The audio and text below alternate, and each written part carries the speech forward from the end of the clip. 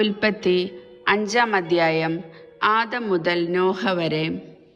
ആദത്തിൻ്റെ വംശാവലി ഗ്രന്ഥമാണിത്.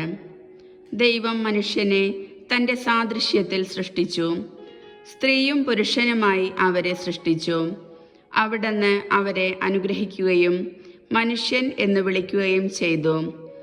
ആദത്തിന് 130 വയസ്സായപ്പോൾ അവൻ്റെ സാദൃശ്യത്തിലും ഛായയിലും ഒരു പുത്രൻ ജനിച്ചു. ആദം അവന് സേത്ത് എന്നു പേരിട്ടു.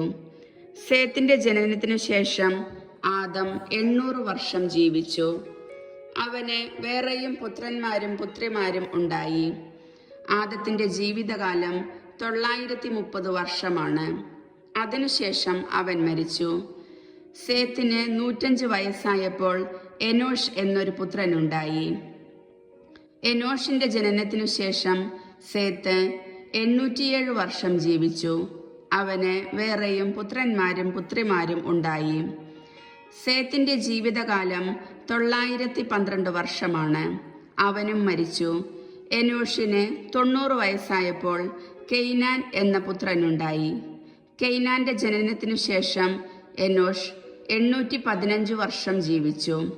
അവന് വേറെയും പുത്രന്മാരും പുത്രിമാരും ഉണ്ടായി. എനോഷിൻ്റെ ജീവിതകാലം 905 വർഷമാണ്. അവനും മരിച്ചു. കെയ്നാന് 70 വയസ്സായപ്പോൾ മഹലലേൽ എന്നൊരു മകനുണ്ടായി. മഹലലേലിൻ്റെ ജനനത്തിനു ശേഷം കെയ്നാൻ 840 വർഷം ജീവിച്ചു. അവന് വേറെയും പുത്രന്മാരും പുത്രിമാരും ഉണ്ടായി. കെയ്നാന്റെ ജീവിതകാലം 910 വർഷമായിരുന്നു. അവനും മരിച്ചു. മഹലലേലിന് 65 വയസ്സായപ്പോൾ യാരദ് എന്ന മകനുണ്ടായി. യാരദിന്റെ ജനനത്തിനു ശേഷം മഹലലേൽ 830 വർഷം ജീവിച്ചു. അവന് വേറെയും പുത്രന്മാരും പുത്രിമാരും ഉണ്ടായി.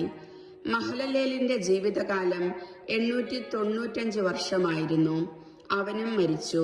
യാരദിന് 162 വയസ്സായപ്പോൾ ഹെനോക്ക് എന്ന പുത്രനുണ്ടായി.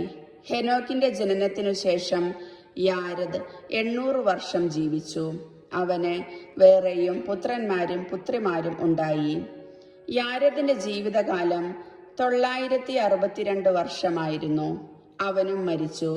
ഹെനോക്കിന് 65 വയസ്സായപ്പോൾ മെത്തുശലഹ് എന്ന മകനുണ്ടായി. മെത്തുശലഹിന്റെ ജനനത്തിനു ശേഷം ഹെനോക്ക് 300 വർഷം കൂടി ദൈവത്തിന് പ്രിയപ്പെട്ടവനായി ജീവിച്ചു. അവന് വേറെയും പുത്രന്മാരും പുത്രിമാരും ഉണ്ടായി. ഹെനോക്കിന്റെ ജീവിതകാലം 365 വർഷമായിരുന്നു. ഹെനോക്ക് ദൈവത്തിന് പ്രിയങ്കരനായി ജീവിച്ചു. പിന്നെ അവനെ കണ്ടിട്ടില്ല. ദൈവം അവനെ എടുത്തു. 187 വയസ്സായപ്പോൾ മെത്തുശലഹ് ലാമക്കിന്റെ പിതാവായി. ലാമക്കിന്റെ ജനനത്തിനു ശേഷം മെത്തുശലഹ് 782 വർഷം ജീവിച്ചു. അവന് വേറെയും പുത്രന്മാരും പുത്രിമാരും ഉണ്ടായി. മെത്തുശലഹിന്റെ ജീവിതകാലം 969 വർഷമായിരുന്നു. അവനും മരിച്ചു. ലാമക്കിന്റെ 182 വയസ്സായപ്പോൾ ഒരു പുത്രനുണ്ടായി. കർത്താവ് ശപിച്ച ഈ ഭൂമിയിലെ ക്ലേശകരമായ അധ്വാനത്തിൽ അവൻ നമുക്ക് ആശ്വാസം നേടിത്തരും എന്ന് പറഞ്ഞ് അവനെ നോഹ എന്ന് വിളിച്ചു. നോഹയുടെ ജനനത്തിനു ശേഷം ലാമക്ക് 595 വർഷം ജീവിച്ചു. അവന് വേറെയും പുത്രന്മാരും പുത്രിമാരും ഉണ്ടായി.